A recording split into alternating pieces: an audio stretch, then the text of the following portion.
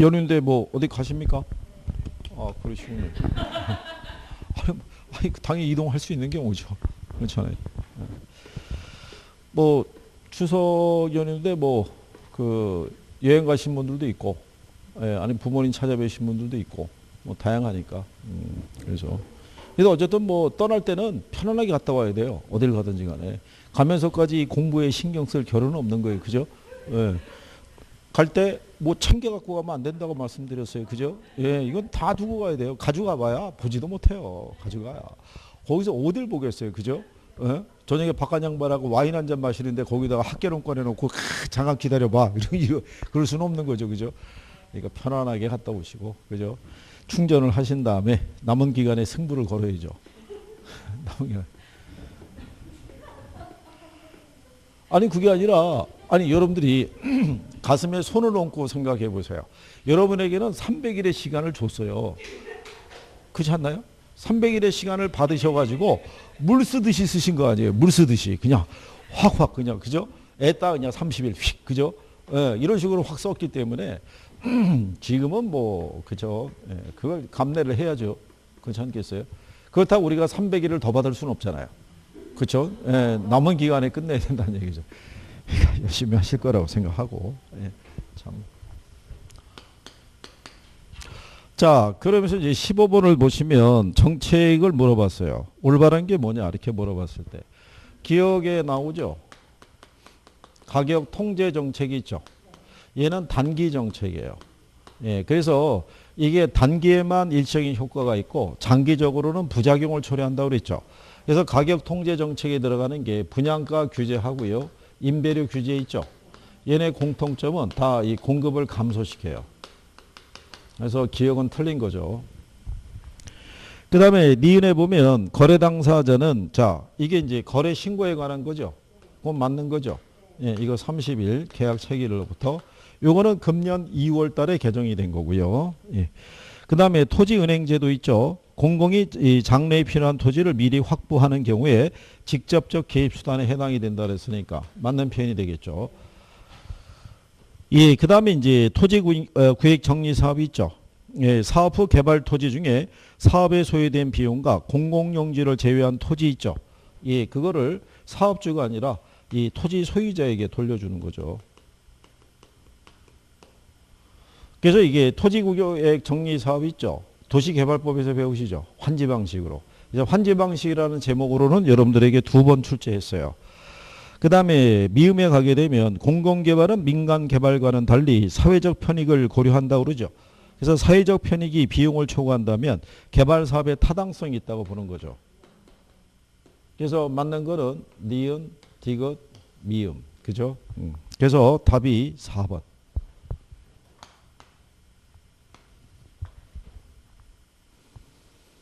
그 다음에 이제 16번에 가면 외부 효과 물어봤죠.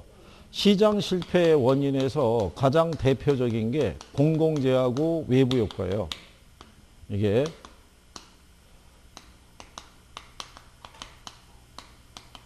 그러니까 만약에 단독으로 문제가 나오면 이 2개밖에 없어요. 근데 작년에 이게 나온 거죠.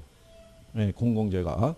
그래서 경제학적인 사고에서는 시장 실패의 원인으로 공공재를 제일 중시하고요. 부동산학적인 사고에서는 외부 효과를 더 중시해요. 그러니까 지금까지 얘네들에서 10문제가 나왔다 그러면 얘가 3번, 얘가 7번 이렇게 나왔다고 보시면 돼요. 그래서 외부 효과에 대한 부분을 보셨을 때요. 옳지 않은 거를 물어봤을 때. 자, 외부 효과라는 거는요. 어떤 이 경제 주체의 경제 활동이 있죠. 어디를 통하지 않고 예, 시장 기구를 통하지 않고요. 거래 당사자가 아닌 제3자 있죠. 예, 3자의 경제적 후생이 있죠. 의도하지 않은 영향을 미치면서도 거기에 대한 대가를 요구하지도 않고요. 그 대가를 지불하지도 않는 것을 우리가 외부 효과라고 그래요. 이 개념도 출제한 선례가 있어요. 답이 1번이에요. 1번에 보시면 외부 효과란 한 사람의 행위가 제3자의 경제적 후생에 영향을 미치고요. 그에 대해 지급된 보상을 제3자가 인지하지 못한다 그래서 틀린 거예요. 보상은 이루어지지 않는 거예요. 이게 그래서 이게 시장기구를 통하지 않고 시장기구를 통하지 않았기 때문에 외부라는 표현을 써요. 그래서 이 외부효과 문제를 해결하기 위해서 누가 개입한다는 거예요. 정부가. 그래서 부의 외효과 문제를 조정하기 위해서는 대표적인 게 토지용 규제. 거기서 나타나는 지역지구제를 얘기하죠. 그 정의의 효과는 핀피 현상을 유발하죠. 부의 효과는 님비 현상을 우리가 유발한다고. 그리고 이제 부의 외부 효과를 완화하기 위한 수단으로요. 배출권 거래제도 같은 것들이 있어요. 만약에 공단 지역에 공장이 이렇게 들어가 있을 때 오염물질 배출을 허용에 대한 양을 한 1000kg 줘요. 이걸 쿼터제로 나눠주는 거예요. A한테는 500kg, B한테는 300kg, C한테는 200kg 이렇게 나눠준 거예요. 근데 문제가 A는 한 400 정도만 배출을 하면 충분해요. 그러니까 100이 남아도는 거예요. 근데 얘는 한 300이 필요해요. 근데 이거를 이 상태로만 배분만 해주고 그냥 규제만 묶어버리게 되면 얘들은 자꾸 무단 방류할 수밖에 없는 거예요. 그럼 부의 외부효과를 초래할 수 있으니까 얘네 간에 서로 거래할 수 있게끔 허용해 주는 거예요. 그러면 총량의 범위 안에서 부의 외부효과의 문제를 조정할 수 있다 이런 얘기죠. 그 다음에 17번에 보시면 주택 공급 정책에 대한 설명이다. 틀린 거를 물어봤을 때요. 규제 가격은 시장 가격 이하로 규제한다고 가정하죠. 예, 그래서 1번에 보면 신규 주택에 대한 분양가 상한가 규제로 인한 초과 수요 문제가 나타날 수 있다고 그러죠. 예, 맞는 표현이죠. 자, 이게 왜 그러냐면 공급은 부족하잖아요. 근데 수요는 어떻게 돼요? 증가하죠. 그러니까 당연히 무슨 문제가? 초과 수요. 그러니까 항상 공급이 부족하다는 단어에만 집착하시면 안 되고, 예, 그래서 공급은 줄어들지만 수요는 늘어나서 초과 수요 현상이 나타난다는 것도 알아두시고요. 그 다음에 정부가 공급하는 임대주택 등은 일반적으로 저소득층을 대상으로 하겠죠. 정부의 주택 정책은요, 중산층 이하의 수요에 대응하는 거라고 보시면 되겠고요. 분양가를 자율하게 되면 장기적으로 신규 주택의 공급이 늘어나죠. 예. 그리고 신규 주택 가격이 상승해서 분양권 전매 등의 투기 문제를 줄이는 장점이 있다라고 얘기할 수 있죠. 가격 비싸게 받을 수 있으니까 공급도 늘어나고 질도 개선이 되고, 그죠? 그 다음에 분양가 저해라는 서민들의 주택 마련 기회를 어렵게 할 수 있다고 그러죠. 맞는 편이죠. 왜냐하면 분양가 비싸지잖아요. 그러니까 서민들은 오히려 주택 구입하기가 어려워지는 거죠. 그래서 답은 5번이죠. 5번에 보시면 임대주택의 임대료를 규제하게 되면 임대주택의 안정적인 공급이 이루어져서 임대료가 안정화된다면 틀리죠. 예, 임대주택 공급이 줄어드니까. 그렇죠. 그래서 이런 문제 같이요. 답이 간단할 때는 5번으로 배열되는 경우가 있어요. 네, 그래서 그렇게 보시면 되겠고. 그 다음에 18번에 보시면은 자, 부동산 거래세의 부담은 일반적으로 누가 지게 되느냐라고 얘기했죠. 예. 누가 지냐면 매도자하고 매수자가 다 지죠. 균형 상태에서. 근데 누가 더 많은 부담을 지게 되느냐 여부 있죠. 예, 그거는 수요와 공급의 탄력성의 크기에 따라 틀려진다는 거죠. 그래서 상대적으로 탄력성이 작은 애 있죠. 그러니까 비탄력적인 애가 세금 부담을 더 많이 가져간다 이런 얘기죠.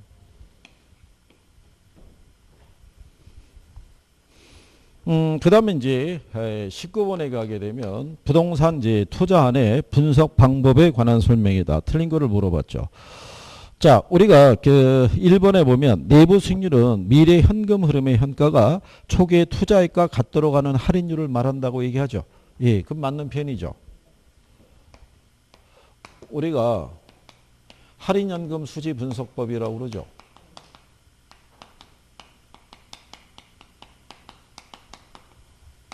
할인연금 수지 분석법은요, 현금 유입의 현가 있죠. 예, 현가하고 현금 유출의 현가를 비교하는 거예요.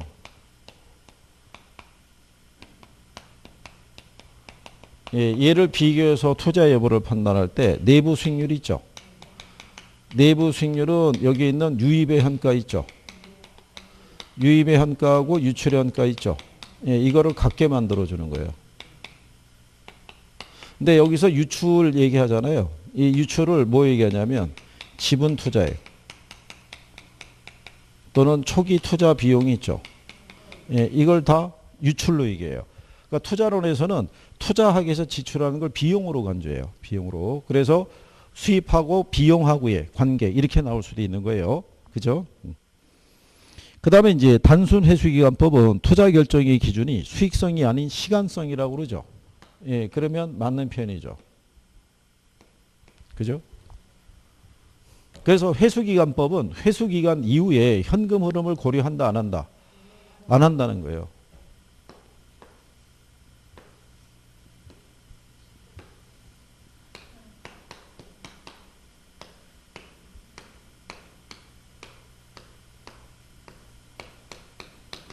자, 얘네 둘 다 A안과 B안이 있죠.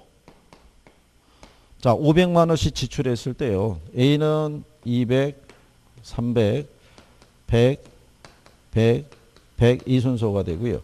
얘는 100, 200, 200, 300, 400 이렇게 돼요.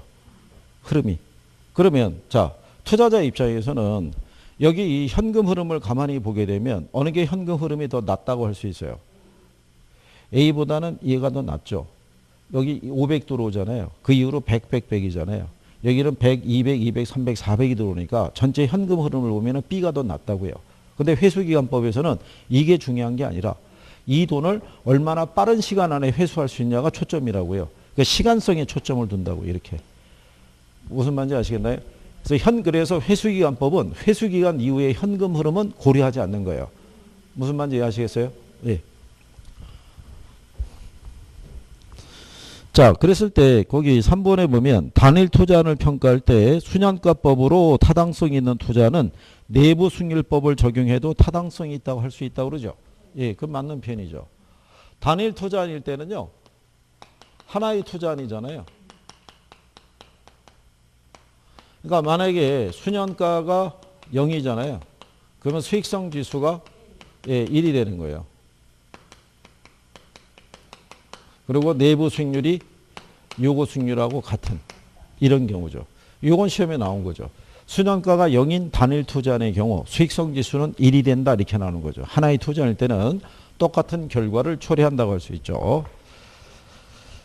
예, 그 다음에 그 4번에 보면 순환가라는 것은 투자로 인해서 발생할 미래 현금 흐름을 적정한 할인율로 할인한 후에 현가에 당초의 투자 지출액을 더한 것이다. 그래서 틀렸다는 얘기죠. 더한 게 아니라 뺀 거잖아요. 그죠? 아니 요즘은 출제자들이 그런 표현을 가지고도 오답을 유도해요. 더하냐 빼냐 뭐 이런 것도 있죠. 그렇죠? 예, 그래서 답이 4번 이렇게 되겠죠. 그죠? 표정이 안 좋은 걸로 봐서는 뭐 근데 뭐 맞춘 분도 있고 그러니까요. 그죠? 네.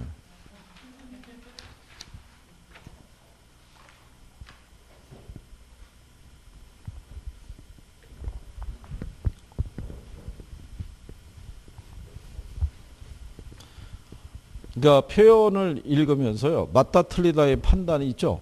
예, 그게 빨리 이루어져야 돼요. 빨리. 그래서 이게 많이 보셔야 되는 이유가 뭐냐면 눈이 카메라 역할을 해요. 그러니까 내가 한번 본 것 있죠. 시험장에서 지문을 딱 부딪혔을 때 눈이 기억을 해요. 먼저. 얘가 맞다 틀리다의 판단을 얘가 먼저 해요. 그래서 우리가 근데 그게 확신을 못하는 게 눈은 반응을 보이는데 뇌가 반응이 느린 거예요. 안 되는 거예요. 이게. 왜? 그래서 그걸 긴가민가 하고 있다가 그게 틀리는 경우가 있는데 그래서 그런 얘기 많이 하잖아요. 처음에 본 게 답이다. 처음에 맞다고 생각한 게 답이다. 굳이 바꿀 필요가 없다. 그런데 자꾸 누군가 유혹을 하죠. 아니야. 걔 말고 다른 애를 생각해봐. 뭐 이렇게. 그러다가 수정하면 거의 다 틀린다고 보셔야 돼요. 여러분이 100% 이해하면은 그럴 일이 없어요. 하면 되는데 이게 80%의 이해도를 갖고 푸시기 때문에 그런 실수와 착각이 계속 반복이 돼요. 그러니까 그런 내용에 대해서 이념을 좀 하셔야 되고. 그 다음에 이제 20번에 보시면 부동산 투자의 위험과 수익에 관한 내용으로 올바른 거 물어봤죠. 위험과 수익에 대한 제목을 달고 잘 출제가 돼요. 기본적으로. 자, 그래서 첫 번째 근로자의 파업 가능성, 관리자의 관리 능력 등은 운영 위험에 관한 것이다라고 해놨죠. 예, 그건 맞는 편이죠. 우리가 사업 위험을 가게 되면 시장 위험이 있고 운영 위험이 있고 그 다음에 위치적인 위험이 있죠. 예, 그게 그중에 운영 위험이죠. 그죠? 맞는 편이고요. 포트폴리오에 포함된 구성 종목의 수가 많을수록 총 위험은 줄어든다. 맞는 내용이죠. 자, 우리가 포트폴리오에 총 위험이 있죠. 얘는 체계적 위험하고요. 그 다음에 무슨 위험에? 그렇죠. 비체계적 위험의 합으로 돼 있죠. 근데 여기서 우리가 분산 투자를 하게 되면 얘가 줄어들 수 있죠. 그럼 얘도 줄어들죠. 그래서 여기 있는 비체계적 위험을 다른 말로 불필요한 위험이라고 그래요. 왜 불필요하다라고 얘기하냐면 단순히 분산 투자만 해도 얘는 제거할 수 있는 위험이에요. 그러니까 투자자가 굳이 겪지 않아도 되는 위험이다라고 얘기하는 거죠. 그래서 여러분 시험에 불필요한 위험이라고도 나온 적이 있어요. 그죠? 시험에 그래도 꾸준히 나오는 거죠. 그 다음에 분산 투자 효과를 얻으려면 부동산 간 수익률의 상관계수가 1이면 된다. 이 걔는 틀린 거죠. 이게 기억이고요. 니은이고 디귿. 자, 1만 아니면 된다는 거죠. 그죠? 1이라는 경우가 두 자산의 수익률의 움직임이 100% 동일한 방향으로 가니까 위험 분산 효과가 안 나타난다는 얘기죠. 그 다음에 리을에 보게 되면 투자자는 요구 수익률이 기대 수익률보다 낮을 때 투자한다 그러죠. 예, 그럼 맞는 경우죠. 그죠? 이 경우잖아요. 그렇죠? 지금 문장의 표현이. 기대 수익률이 요소가 크면 투자하죠. 그렇죠? 근데 우리가 또 착각할 때가 있어요. 이게 문맥이 밖에서 나올 때. 그렇잖아요? 예. 그러고 난 다음에 그러니까 이제 그런 것들에 대한 실수가 실전에서는 줄어들어야 되는데 이걸 꾸준히 물어봐요. 이걸 왜 꾸준히 물어보냐면 투자자 있죠. 투자자는 여러 개의 투자안이 있잖아요. 그러면 얘가 10%고요. 얘가 8%고 얘가 6%잖아요. 그럼 세 개 투자안 중에서 얘가 기대 수익률이 제일 크죠. 그렇다고 얘를 무조건 선택하지 않고 반드시 얘하고 비교해봐요. 요거 수익률이라는 거는 무위험률 플러스 위험 할증률로 돼 있잖아요. 여기서 얘기하는 투자자는 위험 회피적인 투자자예요. 이 사람은 가급적이면 위험이 작은 투자를 선택하라고 그래요. 근데 위험을 감수하고 투자할 때는 반드시 높은 대가를 요구해요. 위험에 대한 대가를. 그래서 이 사람은 위험에 대한 대가까지 감안해서 최소한 요구하는 게 몇 프로인데 11%인데 여기는 10%밖에 기대할 수 없잖아요. 그럼 굳이 위험을 감수하고 투자하지 않아요. 그래서 투자자 입장에서는 반드시 기대 수익률하고 요구 수익률의 관계를 통해서 투자 여부가 결정이 되는 거예요. 네, 그래서 그런 내용을 구별하시면 되겠고요. 물론 이제 내가 요구하는 수익률보다 기대 수익률이 훨씬 크면 위험을 감수하고 투자할 수 있다 이런 얘기죠. 그 다음에 수익률의 변화 정도가 심할수록 위험이 높아지는 경향이 있다. 맞는 내용이죠. 여기 보시면 만약에 A안이 있고 B안이 있고 C안이 있죠. A는 기대 수익률이 7%, 얘가 표준 편차가 7%, 얘가 14%, 얘가 15%. 그 다음에 얘가 13%, 얘가 16%. 그죠? 요 중에 세 개 투자안 중에서 어느 투자안이 실제 수익률하고 가까워질 가능성이 크겠어요? 이거 기대 수익률이잖아요. 어느 투자안이 실제 수익률하고 같아지겠냐고요. 투자한 다음에. A가 같아질 거 아니에요. 얘가 편차가 작으니까. 무슨 말인지 아시겠나요? 얘는 잘 되면 17%, 안 되면 3%예요. 얘는 잘 되면 29%, 안 되면 마이너스 1%예요. 잘 되면은 플러스 29%가 되는데 안 되면은 마이너스 3%라고요. 그러니까 이 위험이 크면 클수록 수익률의 변화폭이 크다고요. 무슨 말인지 아시겠나요? 그게 작을수록 위험이 작은 거죠. 그죠? 그러니까 위험에 대한 거는 맞는 표현이죠. 그럼 맞는 게 뭐겠어요? 이게 3개, 4개. 그래서 답이 4번.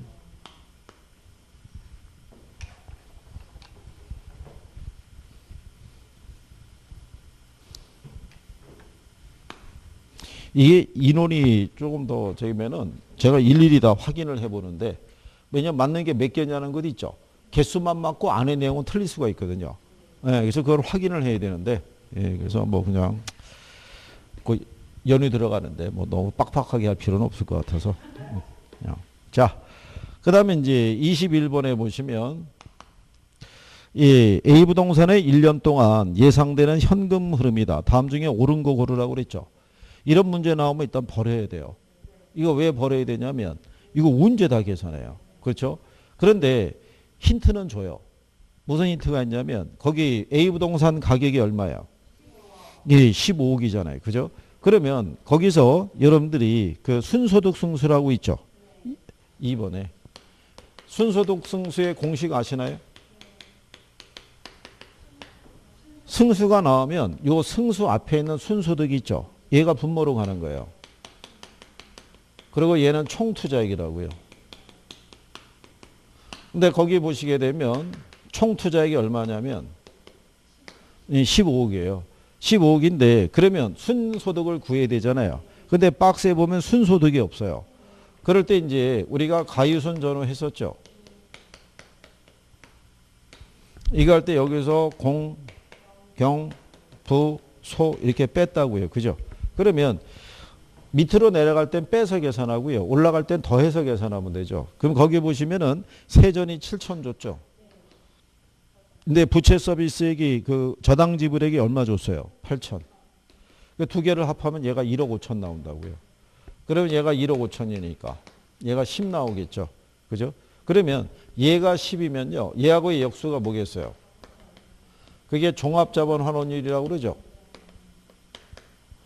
예, 여기에 또 다른 표현을 총투자 수익률이라고 그래요. 아, 이게 이제 제가 문제 드릴 때 가로하고 이걸 줬어야 됐어요. 종합자본 환원율을. 왜냐하면 나는 종합자본 환원율만 들어봤지 총투자 수익률은 들어본 적이 없다고 또 우기는 사람들이 생겨요. 그래서 여기 얘가 총투자액 순소득이니까 15억에 대한 1억 5천이면은 얘가 몇 프로겠어요? 10%죠. 그래서 일단 답은 5번인 거예요. 총투자 수익률이 몇 프로? 10%. 그러니까 순소득 승수가 15잖아요. 예, 그러면 한쪽이 10이면 나머지도 10이 나와야 돼요. 그리고 거기 보시면 지분 투자 수익률이 있죠. 예, 그럼 여기서 자, 세전이 얼마로 나왔어요? 지분 투자 수익률은 어떻게 계산하겠어요? 이게 지분 배당률 또는 세전 수익률이라고 그래요. 그럼 얘는 여기가 지분 투자액이고요. 여기가 세전이에요. 세전이 7천이라고 줬잖아요. 그죠? 그런데 총 투자액이 15억이잖아요. 근데 내 돈으로 투자한 게 10억이죠. 10억에 7천이면 7% 나오죠. 그죠? 예. 그 다음에 부채 감당률 나와 있죠. 예. 부채 감당률은 한 1.87로 나오겠죠. 부채 감당률은 이게 부채 감당률이에요. 부채 서비스액분의 순영업소득이니까 그 자체로 나오잖아요. 8천분의 1억 5천이잖아요. 그렇죠? 얘가 2가 되려고 그러면 이게 1억 6천이 돼야 되죠. 그러니까 1.87호 정도 나오게 될 거예요. 그죠? 그래서 21번에는 답이 몇 번? 예, 5번.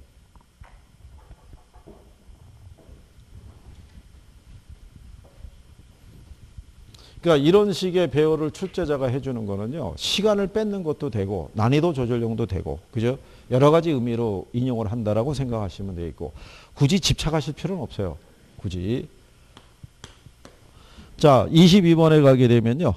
투자 예정 부동산의 향후 1년 동안 예상되는 현금 흐름이다. 연간 세후 현금 흐름을 물어봤죠. 예. 자, 이거 우리가 구하려고 그러면 이거 해야 돼요. 여기까지 나와줘야 돼요. 그래서 여기서 공, 경, 부, 소 이거 빼야지 이제 얘가 나오죠. 그럼 제일 먼저 얘를 구해야 되잖아요. 가능 총소득. 그죠? 그럼 가능 총소득이 얼마겠어요? 근데 그걸 200이라고 그러면요. 뭐가 문제가 되냐면 지문을 봐보세요.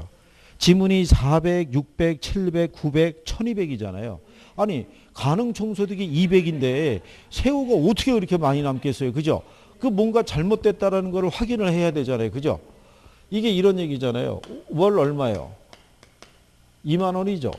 그럼 곱하기 12 해서 이게 24만 원으로 바꿔야 되잖아요. 그죠? 그리고 24만 원이 됐을 때 임대 면적이 100이잖아요. 그러면 얘가 2,400이 나오겠죠. 그렇지 않겠어요? 예, 그러니까 2,400을 구하지 못하면은 얘는 계속 째려만 보는 거예요. 그죠? 예, 나중에 계산값을 구해도 이상해질 거란 얘기죠. 그죠?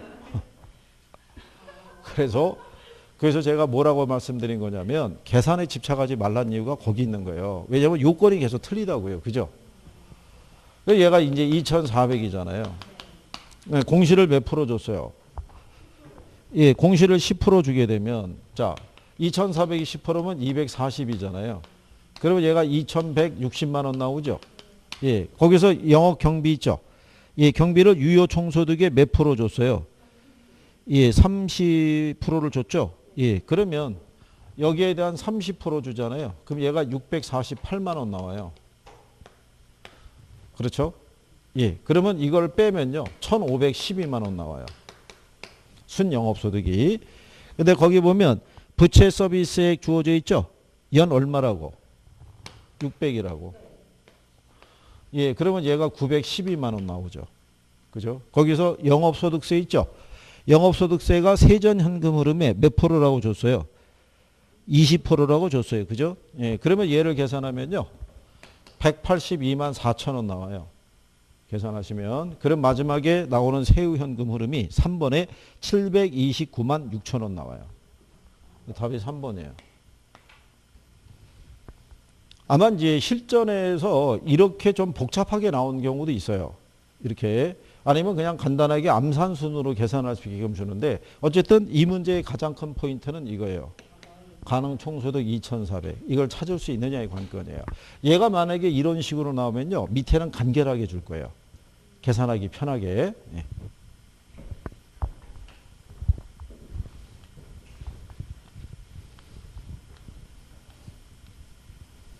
왜 안 그랬으면은 그죠? 이거 틀림없이 문제가 잘못 낸 거야 모르고 있을 텐데 그런 건 없어요. 그죠? 예. 다 이 감수해서 나오는 거니까. 예. 그 다음에 23번에 보면요. 예. 수익성 부동산의 장래 현금 흐름에 대해서 물어보고 있죠. 올바른 걸 물어봤죠. 먼저 5번을 가시면 가능 총소득에다가 기타 수입을 공제하고 공실 및 대손 충당금을 가산하면 유효 총소득이 된다고 그러죠. 그럼 틀리죠. 예. 가능 총소득이 있죠. 여기서 공실 빼고요. 기타 소득을 더해주면은 그러면 유효 총소득이 나오죠. 이건 시험에서 한 2번 인용이 됐어요. 이거를. 그 다음에 순영업소득에서 원금 상환액과 감가상각액을 공제하면 영업소득세가 된다. 틀리다는 얘기죠. 예, 순영업소득에서 이자하고 감가상각비 있죠. 얘를 공제하면 과세대상소득이 나오죠. 여기다가 세율을 곱해야지만 뭐를 구할 수 있다. 영업소득세를 구할 수 있다. 이런 얘기죠. 그 다음에 3번에 유효총소득에서 순영업소득을 더하면 영업경비가 된다. 틀리죠? 예. 유효총소득에서 뭐 빼야죠? 순영업소득을 빼야지만 예, 우리가 영업경비가 된다는 거. 영업경비에는 자본이득세가 포함이 돼야 된다니까 틀렸겠죠? 경비에서 포함되는 건 재산세밖에 없어요. 그죠? 그래서 답이 1번이죠. 부채 서비스액은 순영업소득에서 세전현금 수지를 차감해서 계산하겠죠. 그죠? 답이 그래서 1번. 요 흐름에 대한 것 있죠. 더하기 빼기 이런 거 잘 할 수 있어야 돼요. 예, 요즘 그런 것까지 잘 물어보니까. 근데 그렇게 변화를 줄 수밖에 없는 이유가 뭐냐면 눈이 말씀드리지만 31회까지 왔잖아요. 많이 냈죠. 그렇잖아요. 웬만한 표현은 다 쓴 거예요. 그러니까 있는 한도 내에서 어쨌든 간에 이거를 유지를 해야 되니까 쉬운 게 아니죠. 예. 자, 그 다음에 이제 24번에 보시면은 이 부동산 수익률에 관한 설명으로 틀린 거 모두 고르라고 그랬죠. 예. 기억해 보면 요구 수익률이란 투자자가 투자하기 위한 최대한의 수익률을 말하는 것으로 시간에 대한 비용은 고려하지 않는다고 그러죠. 틀리다는 얘기죠. 일단 요구 수익률이라는 건요. 투자자가 충족되어서 충족되어야 할 최소한의 수익률이에요. 그리고 요구 수익률이라는 게 무위험률 플러스 뭐로?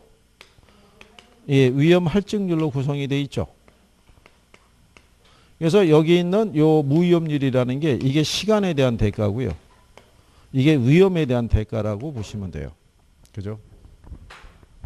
우리가 은행에다가 돈을 이체하거나 국채 등에 투자할 때는 그냥 시간에 대한 대가만 기다리는 거예요. 현재 소비를 참는 대가만. 근데 부동산에 투자할 때는 위험에 대한 대가도 감안을 해줘야 되죠. 예. 그래서 기억은 틀린 거고요.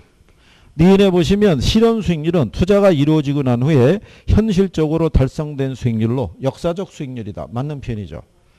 디귿에 보게 되면 기대 수익률이 요구 수익률보다 높으면 대상 부동산에 대한 수요가 증가해서 기대 수익률이 상승한다면 틀리죠. 자, 기대 수익률이 얘보다 클 때 있죠. 이게 다시 무슨 상태로 회귀할 때? 균형 상태로 회귀하려고 그러면 얘가 작아지면서. 무슨 말인지 아시겠죠? 예, 그래서 틀린 거는 몇 개? 2개. 그래서 답이 3번이겠죠. 기억하고 4번이죠. 4번. 4번에 기억하고 디귿. 4번.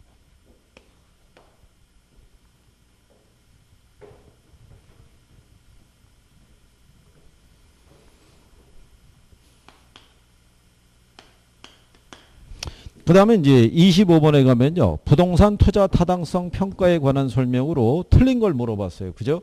예. 자, 순현가법, 수익성지수법, 내부승률법, 현가회수기간은 기간법은 할인기법이다. 맞는 내용이죠? 우리가 순수 내연 이렇게 해줬잖아요.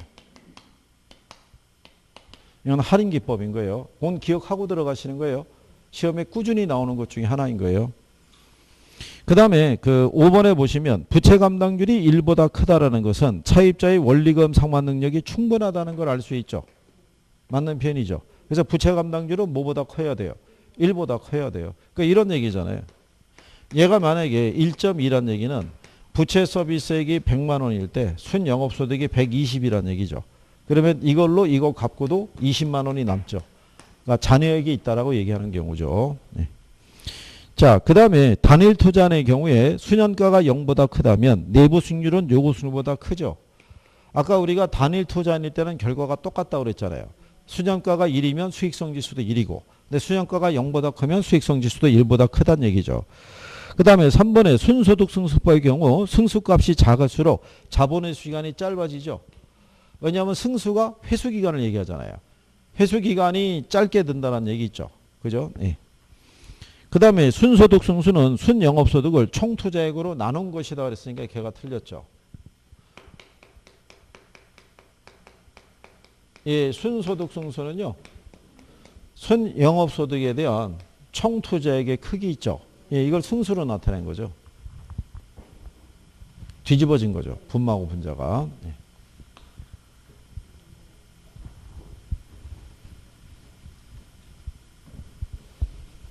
자, 그 다음에 이제 26번을 가서 보시게 되면 저당 상환 방법에 관한 설명 중에서 옳지 않은 거를 물어봤죠. 예.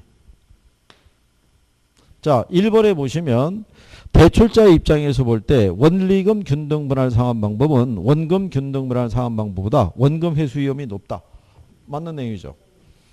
원금 회수 위험이 있죠.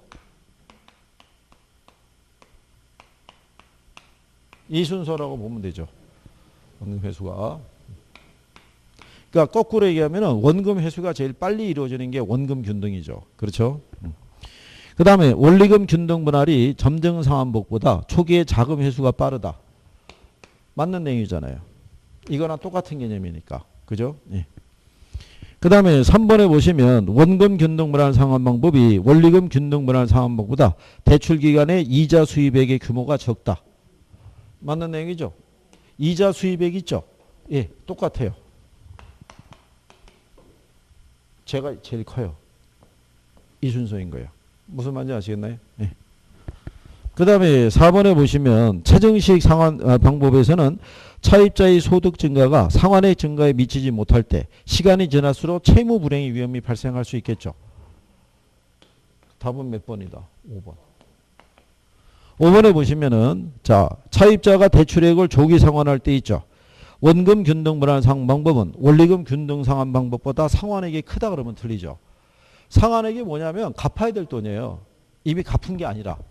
그러니까 잔액은 뭐가 더 많이 남아있냐면 원리금 균등이 더 많이 남아있죠. 그렇죠? 예. 그래서 그거를 착각을 유도하기 위해서 출제자들이 자주 그걸 활용을 해요. 그것도 표현상에서 기억을 해 두셔야 돼요. 무슨 말인지 아시겠죠? 예, 또 여기까지 해보셨어요. 또 잠깐 쉬었다가 나머지 마무리 하셔야죠.